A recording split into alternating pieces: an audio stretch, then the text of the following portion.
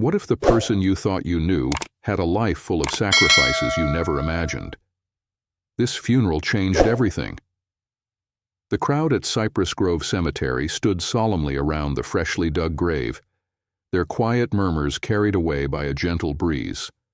A mix of family, friends, and acquaintances had gathered to pay their respects to Robert Henley, a man revered for his charitable work and warm presence in the community. The polished black headstone gleamed in the afternoon sun, etched with the words, "A life of service and sacrifice." Among the mourners, an elderly black woman stood out, though not by intention. Her deep green dress flowed modestly around her, and her silver hair was tucked neatly beneath a simple hat. She clutched a single red rose, her hands steady, but her eyes betrayed a weight of emotion far heavier than those around her. While others exchanged pleasantries, few acknowledged her. She remained silent, standing at the edge of the crowd, her presence both commanding and understated. It wasn't until the pastor concluded his final prayer that she stepped forward, slowly making her way to the front. The crunch of gravel beneath her heels was the only sound as the mourners parted to let her through. When she reached the grave, she paused, looking down at the polished casket. Then, with great care, she placed the rose on top and turned to face the crowd. "My name is Hattie Delaney," she began, her voice steady and clear. "I doubt many of you know me, but I knew Robert better than anyone here." A ripple of surprise swept through the crowd. Faces turned to one another, brows furrowed, mouths whispered in curiosity. Who was this woman? How could she claim such a deep connection to the man they all thought they knew so well? Hattie's gaze swept over the sea of faces, her expression calm yet resolute. "Before today ends, you'll understand why I'm here," she said. "And you'll understand the Robert Henley most of you never knew." Her words hung in the air, thick with an unspoken promise. But what Hattie was about to share would leave everyone questioning everything they thought they knew about the man they had come to honor. The murmurs had subsided, leaving only the rustle of leaves as Hattie drew in a deep breath. Her voice carried a calm authority, compelling everyone to listen. "I met Robert 50 years ago," she began, her gaze distant as if the memories were playing before her eyes. "It wasn't here in this town. It was in Montgomery, Alabama, during a time when people like me weren't welcome in places like this." The crowd leaned in slightly, curiosity flickering in their eyes. Hattie continued, her voice tinged with both pride and pain. "Robert was just a young man then, full of fire and ambition. He worked as a teacher, but his heart was in the civil rights movement. That's where we crossed paths, on the steps of a church where we were organizing sit-ins. He wasn't afraid to stand beside me, even when it meant losing his job or facing threats." Gasps rippled through the group. The Robert they had known was generous and kind, but none had ever heard of his involvement in such struggles. Hattie let the weight of her words settle before pressing on. "We weren't just comrades in the fight for justice," she said, her voice softening. "We were friends. No, more than friends. We became each other's family when the world seemed determined to tear us apart. He was there for me when I lost my sister to the violence of those times, and I was there for him when he had to rebuild his life after being ostracized by his own." Hattie's hand trembled slightly as she adjusted her hat, her gaze fixed on the casket. "We shared meals, stories, tears. He called me his sister in every way that mattered, even when it wasn't safe for him to say it out loud." The crowd shifted uncomfortably, the gravity of her words sinking in. It was hard to reconcile this image of Robert with the man they knew, a polished philanthropist who had quietly helped many, but never spoke of his own battles. "But," she said, her voice growing firmer, "what I'm telling you isn't just about the past. It's about the man he became because of those struggles." She paused, scanning the crowd, letting the silence stretch just long enough. But what Hattie shared next would go beyond their bond. pulling back the curtain on sacrifices none of them could have imagined. Hattie's hands clenched tightly around her purse, her voice unwavering as she spoke. I didn't just survive those times. We fought through them. But that fight demanded sacrifices that left marks on both of us. Marks most of you would never see. She glanced at the crowd, her piercing eyes meeting theirs as if daring anyone to look away. In 1967, Robert lost his job for attending a march in Selma. The school board called it unbecoming conduct, but we all knew what it really was: retribution. He didn't tell anyone here about it because he didn't want pity. He packed up what little he had and moved to a small one-bedroom house on the south side of Montgomery. That's where he lived, scraping by on tutoring gigs, never once abandoning the fight. Hattie's voice cracked slightly as she continued. When my own house was firebombed in retaliation for hosting meetings, it was Robert who showed up in the middle of the night with his car. He drove me and my 2 nephews to safety without hesitation, knowing full well the risk. She turned back to the casket, her expression unreadable, as the weight of her words settled over the mourners like a heavy fog. Softening, Hattie took a deep breath. That's who Robert was. Not the polished man in the tailored suit most of you remember, but someone who walked through fire for the people he cared about. The crowd stood in silence, captivated, as she pulled a folded piece of paper from her purse. This, she said, holding it up, is a letter Robert wrote to me in 1972. I want to read just one part to you. Hattie unfolded the letter with care, her hands shaking just enough to show how much it meant to her. She began to read aloud, her voice trembling but clear. Hattie, you are the sister I chose when life gave me none.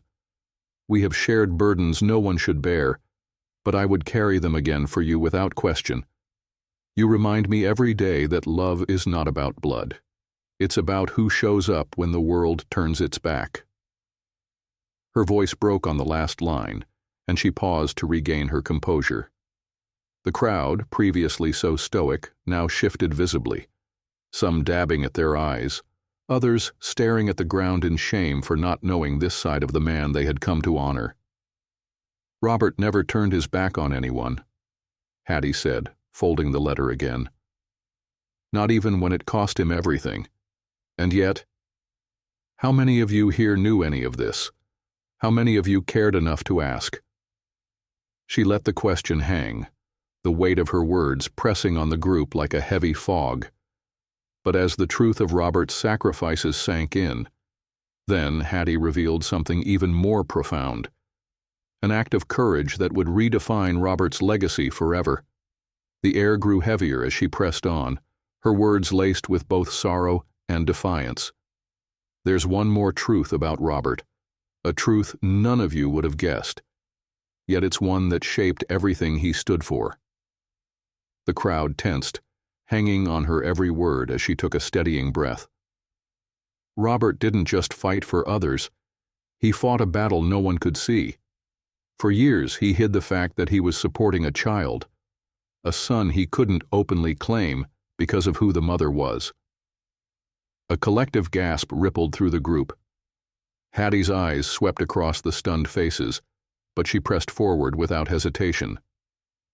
His son, Samuel, was born to a woman Robert couldn't marry because of the time and place they lived in. The boy was black, like me, and Robert was forced to keep it quiet, for fear of what it would do to his career and reputation in certain circles. The whispers grew louder now, people exchanging glances of disbelief. But Hattie wasn't finished. I was there when Samuel was born, she said softly, and Robert made sure that boy never went without. He paid for his schooling, wrote letters every week, and visited whenever he could, under the cover of darkness. He made sure Samuel had everything he never had growing up, a father's love, even if it had to be a quiet love. Tears welled in Hattie's eyes, but her voice remained strong. And Samuel, the man you didn't know existed, is here today. At that, a tall man stepped forward from the back of the crowd. His presence was commanding, his broad shoulders and quiet dignity making him impossible to ignore. The resemblance to Robert was unmistakable. The crowd turned to stare, stunned into silence. Samuel walked up to Hattie and gently placed a hand on her shoulder. "Thank you," he said quietly, his voice thick with emotion. "For everything?" Hattie smiled at him through her tears. "It was always my honor." Then she turned back to the group, addressing them once more. "Robert loved all of you in his way, but his truest love was for the people he fought for, the ones who didn't have the luxury of being seen in polite society. That's why I'm here today, to make sure you know the real man behind all the accolades." The silence that followed wasn't just shock, it was reflection, a reckoning with the truth that had been hidden in plain sight. But before the mourners could fully process what they had just learned, Hattie had one final story to share, a moment of bravery that would define Robert's legacy forever. The crowd stood frozen, the weight of Hattie's words settling over them like a blanket too heavy to shake off. The murmurs that had once filled the air were gone, replaced by a deafening silence. All eyes were on Samuel, who stood tall and resolute beside Hattie, a living testament to the secrets Robert had carried. An older man near the front of the group cleared his throat, his voice breaking the stillness. I never knew," he stammered. "Robert never said a word about any of this."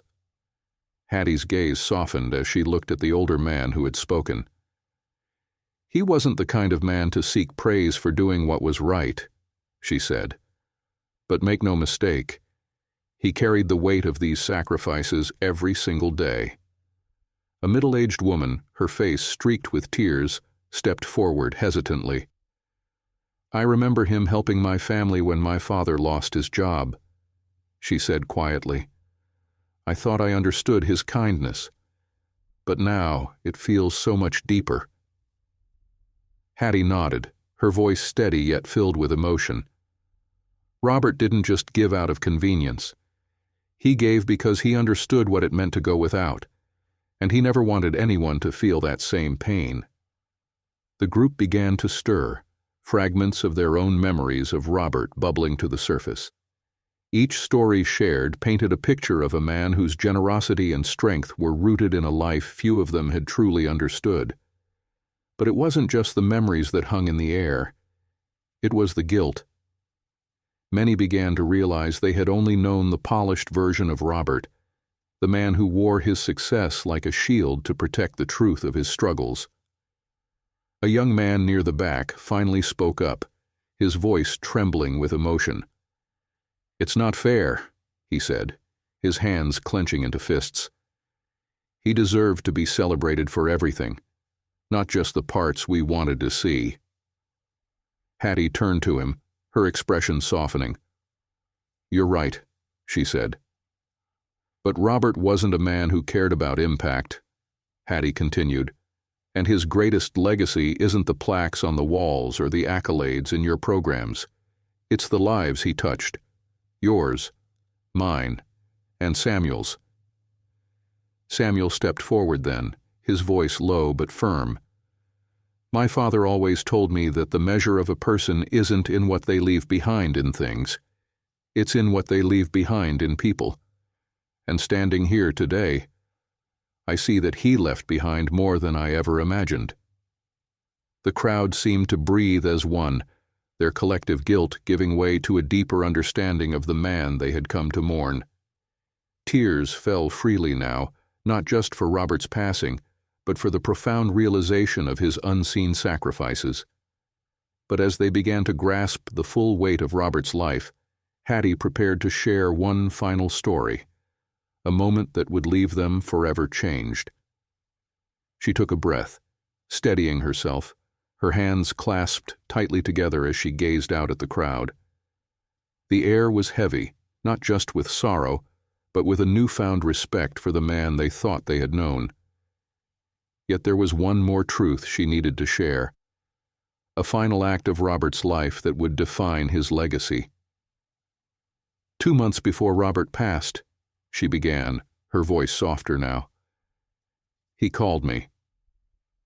He wasn't well, but his spirit hadn't faltered. He told me he was putting together a trust, not for himself or his estate, but for the children in this community. Children whose parents struggle to make ends meet. Children who deserve opportunities but are often overlooked. The crowd stirred again, their expressions a mix of surprise and awe.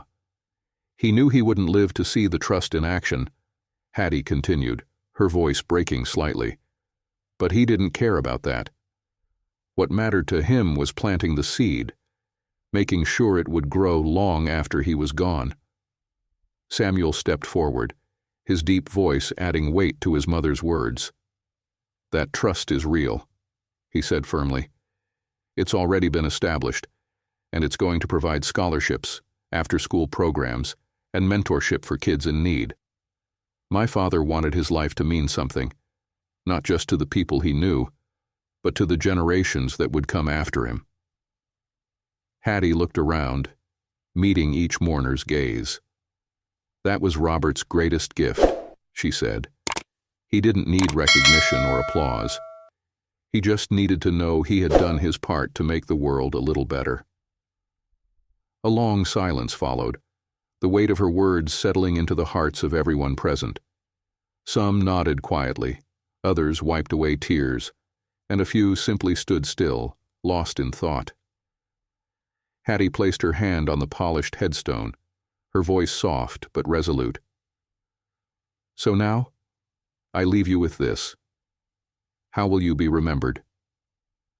Not for the things you had or the title you earned, but for the lives you touched and the love you gave. She turned back to the crowd, her expression kind but firm.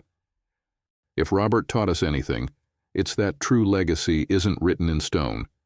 It's written in the hearts of the people you lift up. The crowd seemed to exhale collectively, the emotional weight giving way to quiet reflection. Hattie gave a final nod to Samuel before stepping back, letting the moment settle.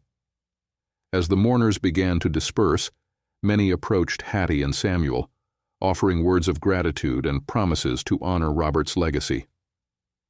The cemetery, once a place of somber finality, had become a space of renewed purpose. If this story moved you, let it remind you that kindness and sacrifice often go unseen, but never go unnoticed. Remember Robert's lesson. Live a life that leaves a lasting impact on others. And don't forget to like, share, and subscribe to help us continue sharing stories like this one.